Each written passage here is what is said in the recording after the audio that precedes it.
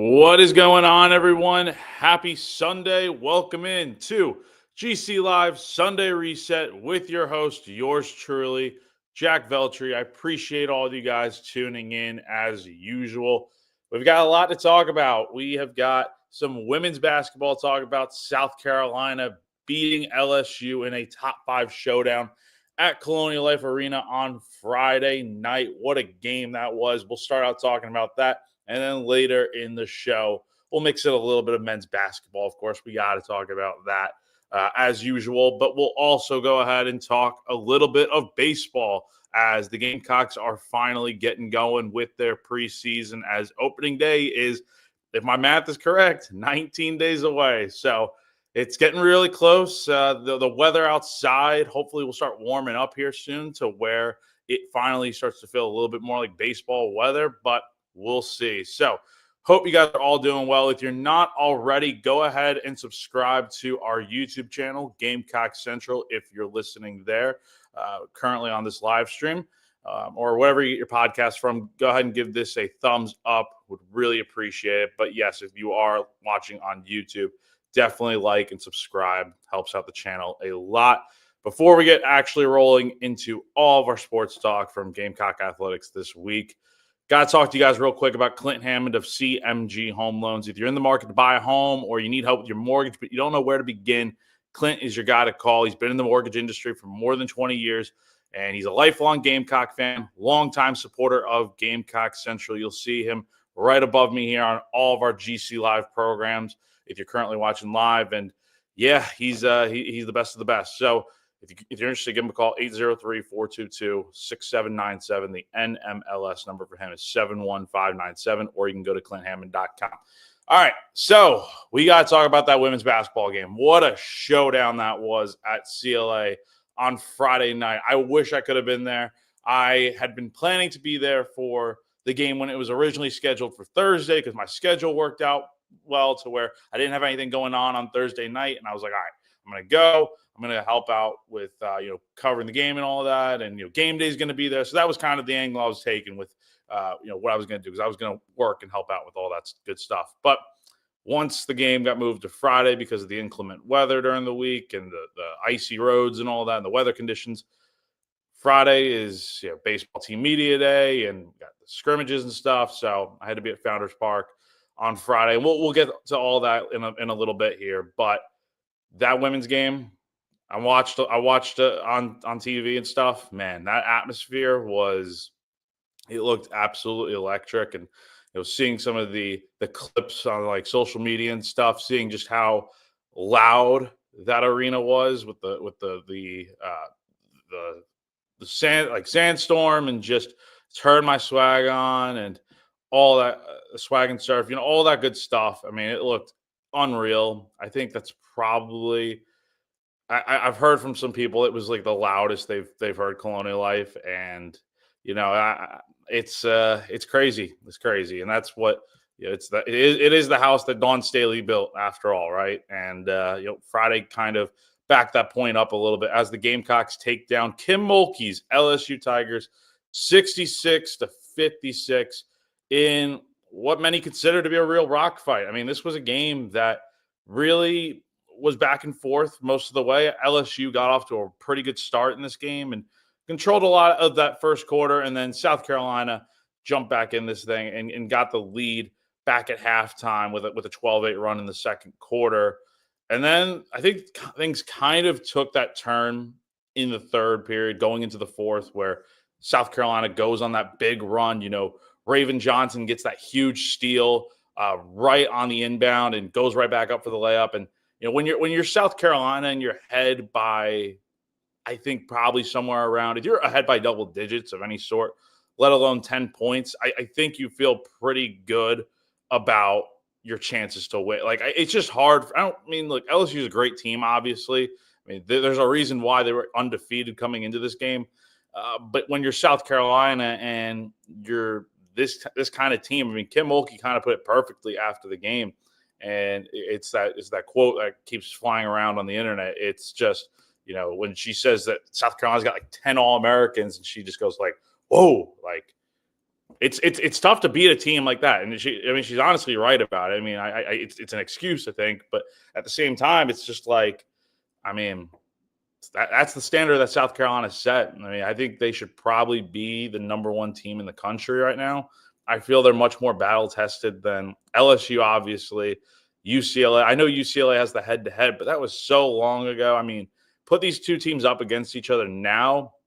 How much different is the outcome? I think South Carolina is playing its best basketball right now. And look, I know they have Lauren Betts over there at UCLA and stuff, and she's really tough to stop. But I just think South Carolina, if they get a rematch with that team, I think they can go out there and win. But that's just my thought process on it. Got a question here from Arzinki who says, "Good morning. Did you write about women's basketball at all, or do I write about women's basketball at all, or just the men's basketball team?" So my beat is just baseball, football, and men's basketball. I don't cover the women's team really hardly at all, honestly. Chris Wellbaum does a great job covering the team, and we've got a slew of interns that have been helping out with that and all that. So whenever they need my help, I'm always there. But typically, I'm focusing on the other three sports. But look, I love watching this women's team. They're a lot of fun to watch. And I mean, I think, again, I'll say it again, I think they probably should be the top team in the country in the AP poll whenever that comes out next. Marcy checking in. Appreciate you as always, Marcy. Amazing game. Yep, absolutely. What a game that was. And EXO says, our ladies won as expected. I could see, though, Coach Staley wasn't happy. She looked a bit peeved. Yeah. When Mulkey came up to her, I think it was before the game, and they kind of had that embracing moment. I kind of get that sense, and I saw some comments on it that, like, Dawn's like, her internal reaction is probably like, all right, Kim, get off me here. But yeah, I mean, look, I think a lot of people probably don't like Kim Mulkey, and I understand why. I mean, she's a polarizing figure, obviously. Like that's like for sure the case. But I think she's good for women's basketball in the sense that she, obviously puts butts in seats for a sport that, is not on the same level of popularity as, your footballs and even your men's college basketball in some cases. But obviously it's South Carolina. That's a little bit different, as we all know, but it's not like that everywhere, if you get what I'm saying. And you don't have your Caitlin Clarks this year. You don't have your Angel Reeses. You don't have your Camila Cardosos, players like that. And obviously there's a lot of good players across the sport still. But, like, you're not going to find a Caitlin Clark in, diamond in the rough to propel your sport up every single year. So having the names like Kim Mulkey, Dawn Staley, the rivalries, like, I'm really interested to see what the viewership numbers were on this game on Friday. I haven't seen any numbers yet. If anyone wants to share a comment, if you have seen those, that'd be great.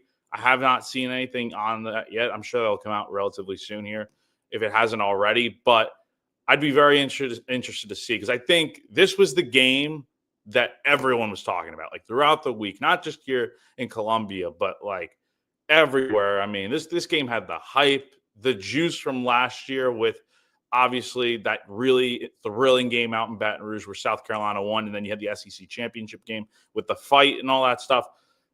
This game had the stakes, and it's a battle for superiority in the SEC right now. There's still a lot of games left to go, but this is the game that, South Carolina won. They're in the driver's seat in the conference now, to where they basically control their own destiny to get the regular season title and be the number one seed going into the SEC tournament later in March. But I mean, look, this game, I thought it was really entertaining. It came down to, the wire. Or I don't know if we really call it that. LSU got this game back down to single digits. But again, South Carolina, like I said before, when they're ahead by at least like a few possessions, that's where you kind of get caught in a little bit of a knot here, where if you're LSU and you're playing from behind in the fourth quarter and South Carolina just keeps firing away, that's a problem. And when you finish the game going 1 of 7 from the field, and you miss a few opportunities and you're not fouling down the stretch, like the final seconds of that game where I know you're down by I think it was 8 points maybe. Like you probably could have, and I think it ended up being 11, but I think you gotta try to foul. I mean, you're just playing defense in the final 30 seconds, and South Carolina, gets the bucket that kind of just seals the deal for good. So I don't know. I think clock management was a bit of an issue for LSU at the end of the game here, but you got to give them LSU credit. They're a good team. It's just South Carolina is a better team, and that's kind of the way it is. And I will say the one thing that really stood out to me going into this game was just I think it goes back to the point about Mulkey saying that South Carolina's got 10 All-Americans, all this and that. I think the Gamecocks just have much more depth than LSU. You look at the numbers here. I mean, just South Carolina continues to rotate players in. It's not one player and everyone else. And it's not that way for LSU either. It's just you have your 5 starters all playing at least 30 minutes, and then you've got one bench player, Kaylin Gilbert, playing 15 minutes, and she does nothing, 2 points on 1 of 7 shooting. You're relying pretty much on your starters. Meanwhile, South Carolina, I mean, look, you have Joyce Edwards coming off the bench who gets 14 points on 5 of 11 shooting. You have Tessa Johnson coming off the bench, 9 points on 4 of 9 shooting. Those are your better outcomes. And then you got Mylasia Fulwiley with 8 points, and she didn't have the best day, but still, she had 3 steals, and you have 13 steals, 11 blocks. I know Sanaya Fagan had some really big plays in this game, and that's kind of where I draw the line of okay, South Carolina can beat literally just about any team right now, not just because they're a good team, but because they have the depth to put anyone in on the floor, and you're going to get good minutes out of them. I think that really speaks volumes to the way Dawn has recruited and the talent she's brought in. Obviously, it's much easier to recruit when you are the top team in the country and all this and that. You're coming off a national championship. But, again, give her a lot of credit. She's done a great job bringing in the right pieces to fit her system, and it's worked out really well to where, again, it's not like LSU where you're playing your 5 stars and you got to rely on them so much so that you're getting little to no bench production.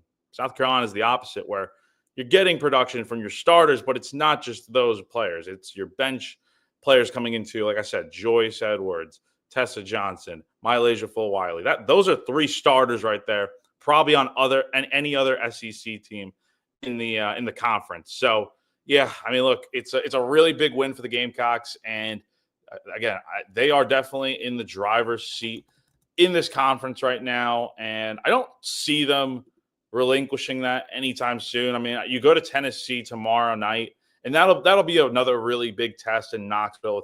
Kim Caldwell, new Tennessee coach, coming from Marshall.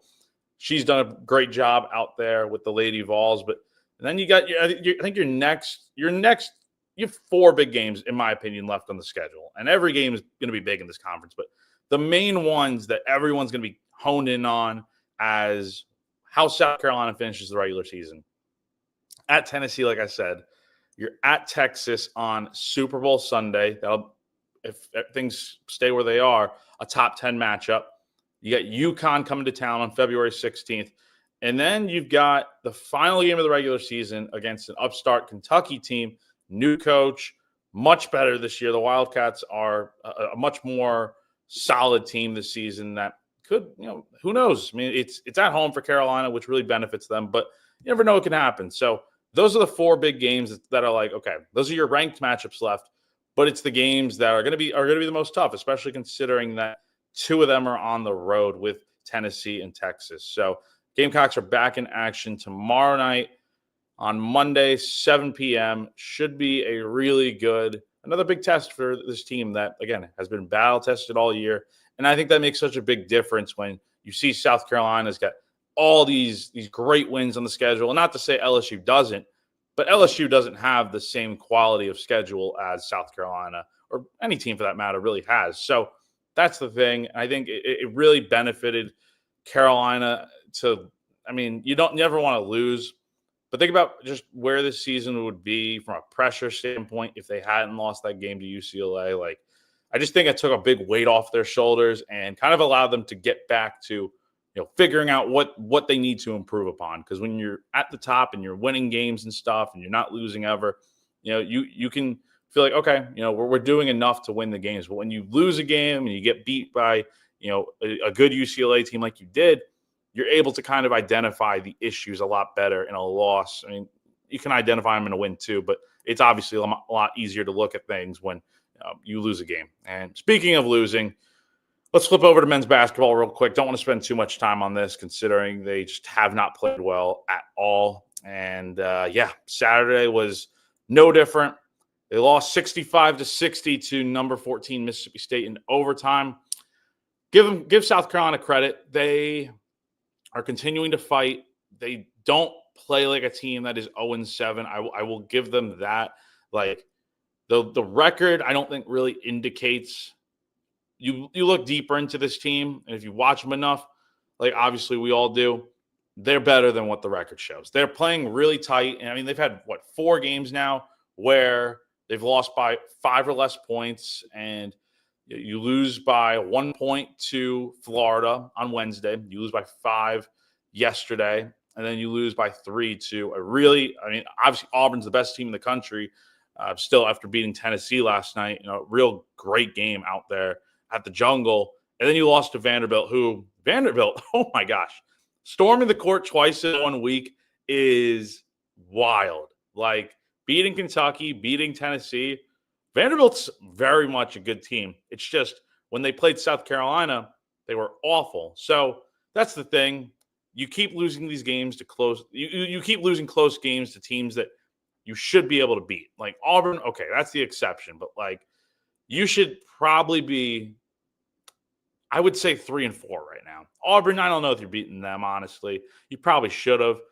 But like, I mean, look, outside of your 3 blowout losses that you have to Bama, Mississippi State and Starkville, and Oklahoma, all games you lost by 20 or more points. You've played really good basketball, and it's just you're not finishing games. And the reason for that is it just comes down to they play decently enough at certain points in the game. But by the end, it's like there's always something that goes wrong for them to where it's like, okay, that's why they lost. Like the Auburn game, for instance, you didn't score in the final 5 minutes and you missed some clutch free throws. That was why you lost that game. You go to the Vanderbilt game, you had 25 turnovers, yet you still had a chance to win that game in the end. You commit 5 less turnovers in that game and you have some better possessions, you probably win that game. And then you have the Florida game. And I think, needless to say, you're up by 13 points with 8:50 left to go in the game, and you commit 9 turnovers down the stretch, and the press defense massively impacts your ability to get the ball down the floor. That's a problem, and you lose at the last second. That's a game that you should have won right there. No question about it. Inexcusable to lose that game. Then yesterday, you're kind of in a roles reverse situation where you were up by 13 ahead of Florida with 8:50 left to go. And coincidentally enough, you were down by 14 with 8:50 left to go in the second half against Mississippi State. But give this team credit. They went with the zone defense. That's something they did a lot of last season when they were in a pinch and they needed to switch something up. So they went with the zone, that 1-3-1 defense, and it worked. And I don't know why they don't do that more often. Obviously, it's like, I'm trying to think of an analogy here off the rip, but it's like you have that secret weapon in your back pocket, but you only want to use it for special occasions. You don't want to use it every single game. Otherwise, it wouldn't be a secret weapon, right? They used it a bit last year, not every single game, but when they really needed to. I know Florida was one of those games last year where they for sure used it, and it helps them a lot. It's just they pulled it out yesterday. They were able to get back in the game, and it really affected things. Like Chris Jans, the coach for Mississippi State, said it kind of made a big difference in the game. And Lamont Paris was talking about it afterwards. That was the turning point. And they got back in the game, tied it with a Zach Davis steal that led to a layup on the other end from Davis to tie the game. And then you go to overtime. You got the momentum. You're tied up in improbable fashion. Really great comeback in the second half. It's just the overtime period.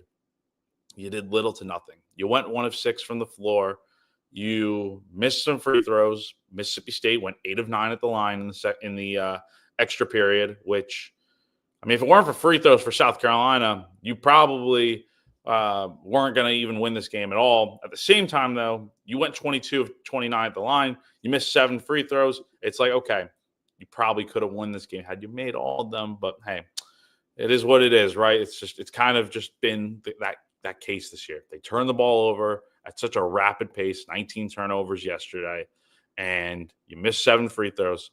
It's the same story, except in this case, you were down by 3 with it was in the final seconds of the game, and Colin Murray-Boyles misses 2 free throws. The second one was definitely intentional, and you get the rebound. And Lamont put it perfectly yesterday. He said after the game with this play that I'm going to finish up talking about in a second, you're 95% of the way there. You did everything. You missed the free throw intentionally. You got the rebound. Now all you got to do with your Nick Pringle is kick it out to your open three-point shooter, Arden Conyers, and get the look. Hope he makes it, and you got to tie a game. You might be going to a second overtime. Instead, you get the miss, you get the rebound, the pass goes off Conyers' hands and out of bounds, and whoever's fault if you want to blame it on Pringle, sure. If you want to blame it on Conyers, sure. The point is, South Carolina just kills themselves with these little mistakes, and it's things like this that are just definitely hurting them. EXO brings up a good question. Are we jinxed at this point? We have bad juju. They need to cleanse their inner demons somehow. Yeah, I don't know what they got to do to kind of. I think it's a mixture of having bad luck, but also just making bad basketball plays. You're not going to win many games when, for instance, a Vanderbilt game, you turn the ball over 25 times. You're not going to win a game. There are a lot of moments in that game, not just the play at the end of overtime that you didn't get. It's also just the 19 turnovers that really cost you. And you played a great game defensively. Again, zone defense aside, that was solid. Like you forced 17 turnovers. You held Mississippi State to a 41% shooting day, which is so much better than what they shot in Starkville, nearly 57% with 85 points. You're doing such a better job defensively to where you're keeping your team in games, holding them to, I think over these last 5 games, you've held teams to under 70 points a game, which is more than good enough to win a basketball game, especially considering you take out the Oklahoma game sandwiches in between, you're holding teams in the mid-60s and Florida at 70. So you're definitely you got a chance to win anytime your defense plays the way South Carolina's defense is playing. It's just they can't get out of their own way more times than not with these silly mistakes that just keep happening. And I think that's just a part of their identity at this point is just they're going to turn the ball over. They're going to miss free throws. I mean, anytime they go to the line, you can almost count on them maybe missing one, which is a sad reality because it's like this team is so close to being right in the mix of things. I mean, there's a bunch of teams right now in the middle of this conference at, about 500 in conference play. Like South Carolina, for all intents and purposes, really, it's not that far off. It's just they can't close the deal. They can get you in a game to where it's tight down the stretch, but when push comes to shove, they have yet to prove that they can finish things off. And that's a real problem, and it's why they're 0-7 to start conference play, which is now the worst start in program history to SEC play. I mean, I don't know if that's rock bottom. I think rock bottom eventually would be 0-18 in conference play. And you still got 11 games to kind of figure it out. And I think they're going to get a few wins. But this just, I hate to say, this just isn't a tournament team. Like, I've been very, hopeful that they're going to, get it going and they're going to get it right. And they're going to eventually come through. And I think Lamont also brought up another good point yesterday. Like, their day is coming. Eventually, South Carolina is going to do enough good to where the mistakes they make, they will hopefully learn from them eventually, and they will be able to persevere and get the win that they've been longing for. But instead, right now, it's the sky is falling. They're 0-7. You're 10-10 on the year. More likely than not, it's going to take a miracle run to even get in the conversation for March Madness. I mean, I don't even think that's a discussion point right now. I mean, you can – if you win these next 12 or 11 games, yeah, you'll probably go to the tournament. But, like, realistically, it's going to be a scrap and claw fight to get a win, in each game. And it starts on Tuesday at Georgia. So the Gamecocks are back in action from the men's side of things, of course.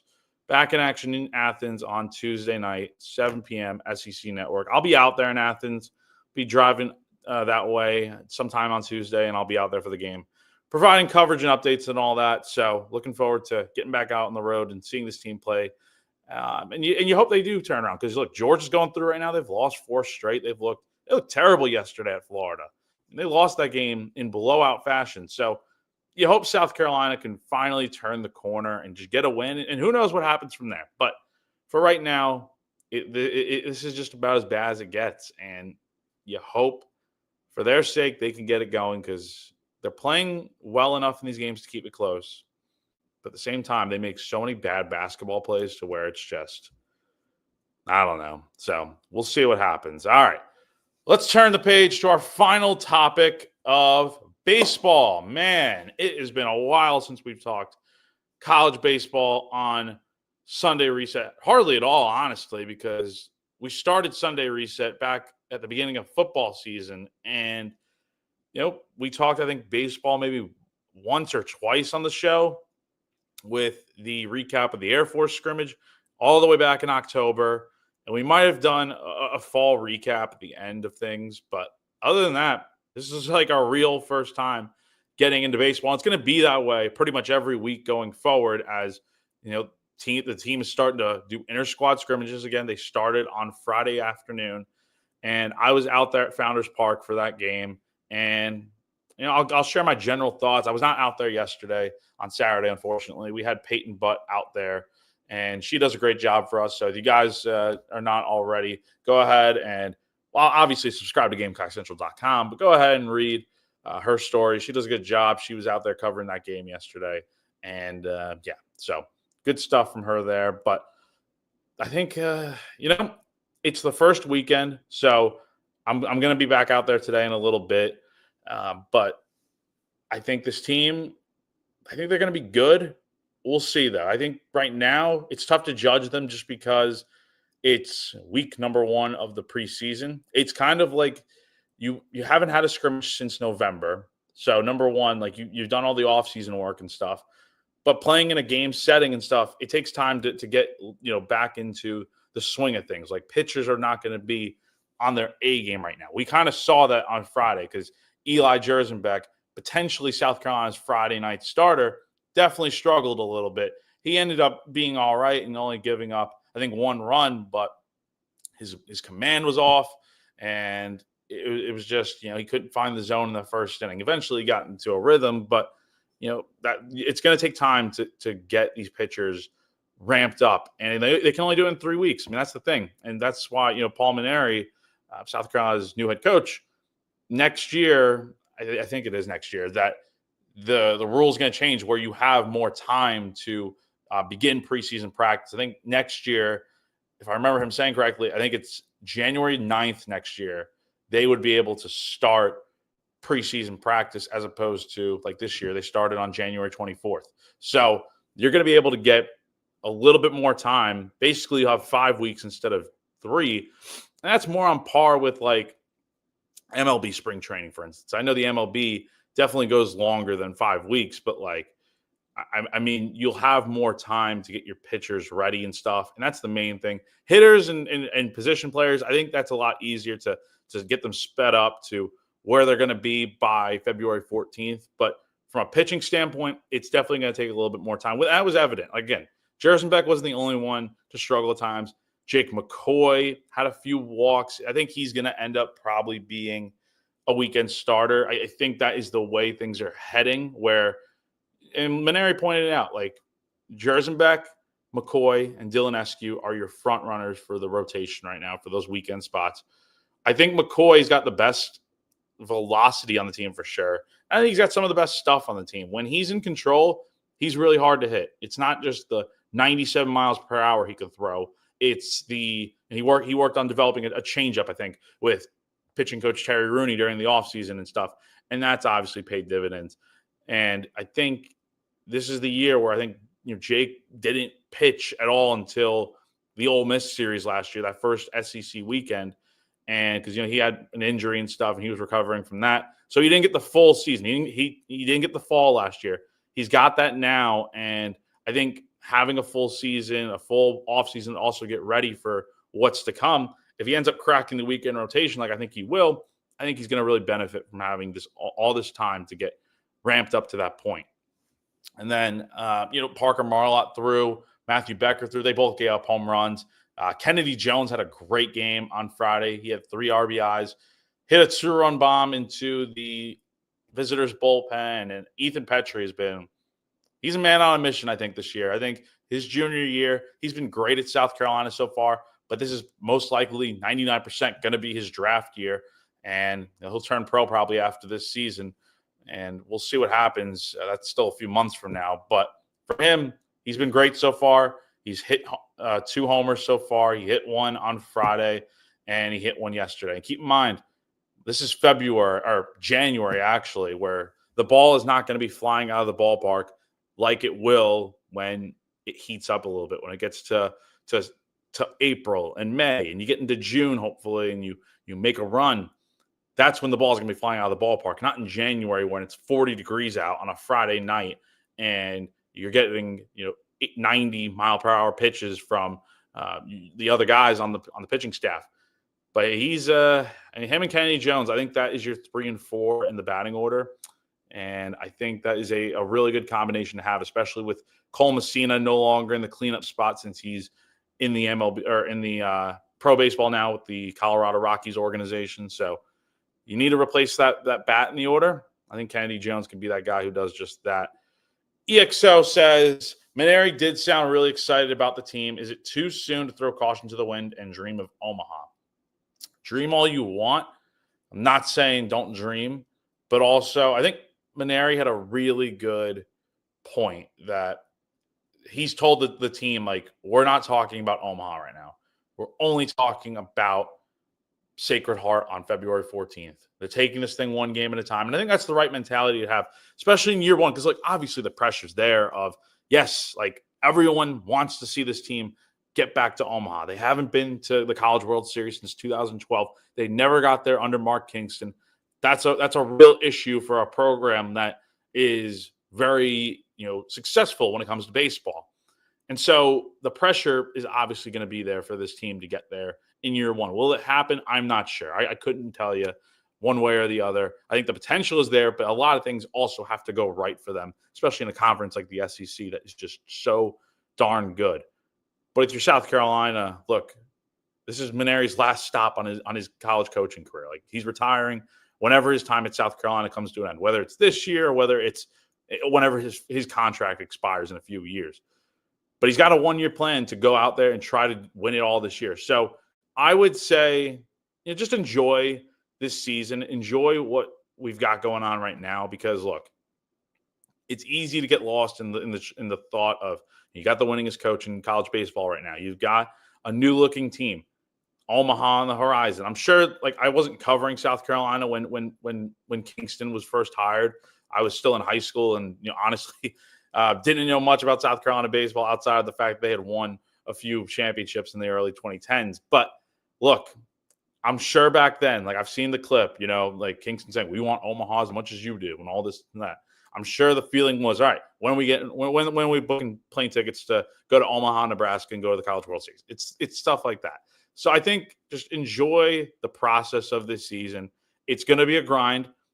It's going to be a real dogfight in those 30 SEC games. But I got to tell you guys, being just fully transparent here, the vibes are just so much different compared to the previous tenure, like, without question. Friday on media day, and again, we have yet to see this team play meaningful baseball games, and that process and thought, the feeling could all change in a few short months here if South Carolina is not playing good baseball. But I can tell you right now, it's a different mindset, I think. It's not, obviously the goal is to get to Omaha, but it's just the vibes are different, right? I think they're a lot more loose, I think, but in a good way, to where, Mainieri, if you haven't been around him, he's someone that, obviously coached the Air Force. He is a 40-year veteran and stuff. He's a little bit of an older guy. He's going to be tough when he needs to be, but he also knows, like, he gets these guys. Like, I think that's the big thing, is that he's a great baseball coach, number one. No question about it. He's been there, done that at his time at LSU and stuff, and his track record speaks for itself. But the point is, he's not only just a great coach on the field, but he's the guy that just gets these players. Like, he's got a feel for the game. We're going to see how he manages certain situations and stuff. That's the real thing in my eyes of, like, I asked him about this all the way back when his first press conference was going on. Because the one criticism of Kingston that a lot of people had was, okay, is he going to be more of an analytics guy or a gut feel type of decision maker? With Kingston, the thought process was that many believe he was always just going with the analytics first. And I definitely could see that at times. Sometimes you got to go with your gut. And with a guy like Mainieri, hearing his response of, yes, he's going to use analytics when he needs to, but when it really comes down to it, you're going to trust your gut, especially as someone that's been in this game for such a long time now. So I'm liking the direction. The vibes are good. Just being around the team on Friday, it was just a complete different feel than any other media day since I've been covering this team since 2020. And again, we'll see if the results are going to show up on the field, but I got a good feeling about this team. I've spoken to some other media members, and they're not too confident with this team and stuff. And, it kind of feels like football in the sense of, like, we really don't know what we're going to get in terms of, like, okay, football in 2023, they went 5-7. And that was after an 8-5 season. Like, no one knew what to expect. Like, no one expected this team to go 9-4. For me, I had South Carolina going 8-4 in football this year, and I even felt like that was a little bit of a stretch. But give Shane Beamer and that staff a lot of credit. Not to make this a football conversation now, but it's like they exceeded many people's expectations. Like, if Shane's right about one thing, it's definitely the fact that a lot of people have this team going 6-6 or worse, and with this team, with the football team this year, they really exceeded expectations. They put it all together, had a great year. Now with baseball, can that same thing translate over? I do wonder, because it's different in the sense that you play so many more games, and with 30 SEC games, Mainieri made a really, really, really good point.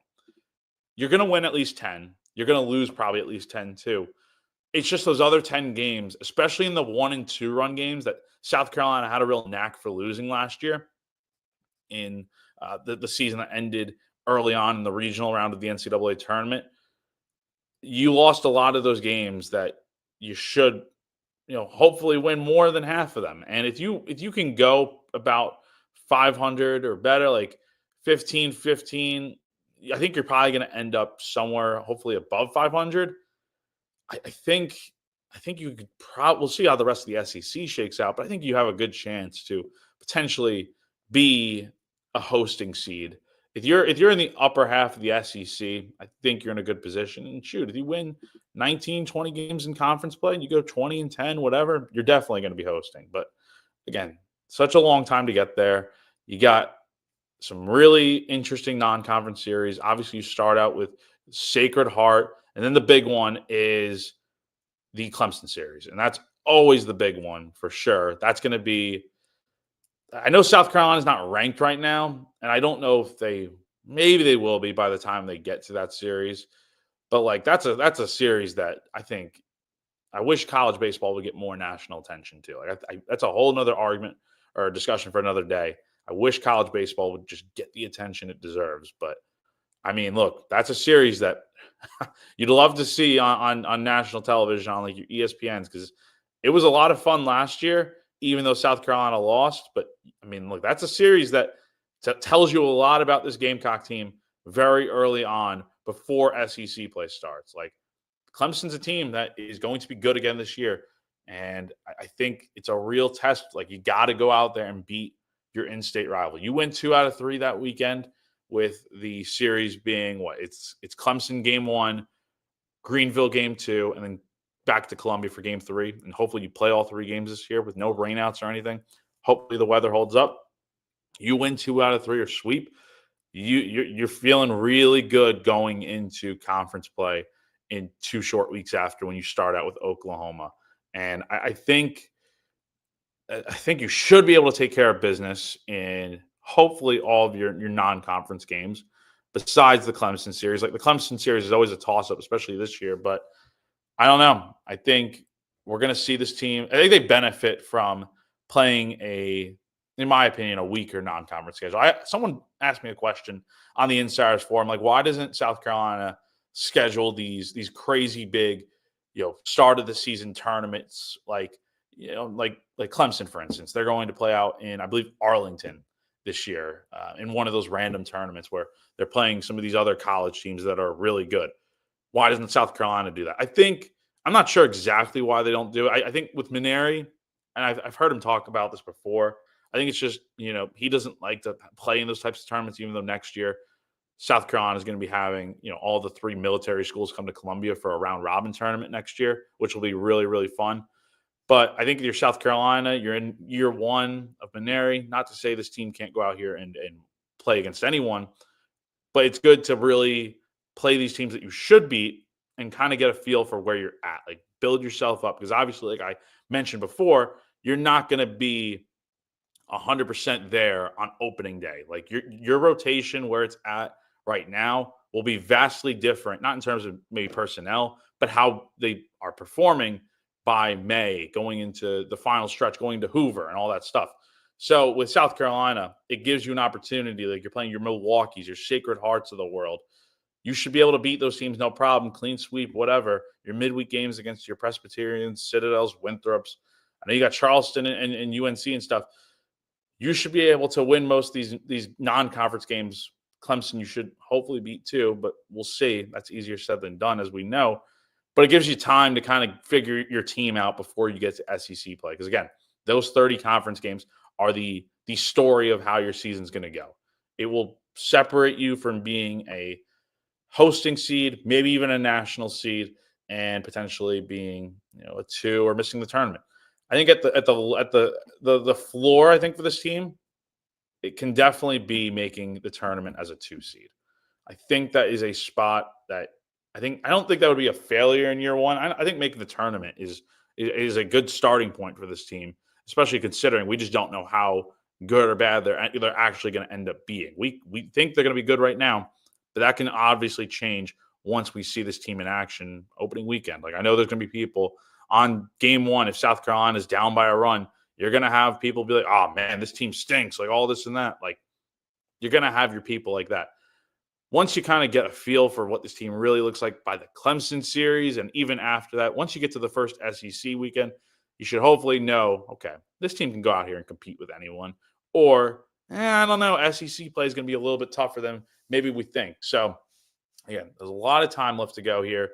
And you got 3 weeks of scrimmages. I think South Carolina is kind of treating this like, from my understanding, it's not like the fall where you're playing every single day in scrimmages. It's obviously you're still going to practice and stuff, but real scrimmages where like fans could be at and stuff over these next few weeks. It's kind of going to be like the regular season where you're playing this weekend, then you play on Tuesday, and then you don't play again until the following weekend. So it'll be interesting to see how everything shakes out. I feel like we kind of know where things are at from a pitching and starting standpoint, and we'll see. I think we know a few positions that are probably locked down by this point. We'll get into a lot of that next week and in the weeks after, once we do a season preview and all that. And if you're interested in reading more in depth about kind of what I've been talking about this whole time, especially more in depth kind of who's doing well, this sort of stuff, I touched on it a little bit, but obviously go to GamecockCentral.com. I just posted a story today. South Carolina Baseball Notebook. It's got injury updates, pitching plans, starting roles, and just other notes from Media Day on Friday that are very interesting to read about for sure, because I mentioned some of the pitching stuff, but there's obviously guys that I think that are locked down in the starting lineup right now outside of your Ethan Petries of the world and whatnot. So South Carolina has another scrimmage here at the time of going live here. It's 12:17 right now. They're going to have another scrimmage here at 1 p.m. So I got to head over to Founders Park in a few minutes here before that gets going. So really looking forward to seeing this team back it out in action today. And, of course, I'll have a story on GamecockCentral.com with my notes and thoughts and all that stuff. But definitely check out the notebook story that I just posted a few short hours ago on GamecockCentral.com after this stream is over. So that's going to do it for now. Really good conversation talking women's basketball, men's basketball, and baseball. We'll do it all again next Sunday on Sunday Reset. Appreciate all you guys tuning in. Have a good one, and I will see you guys again soon. Bye.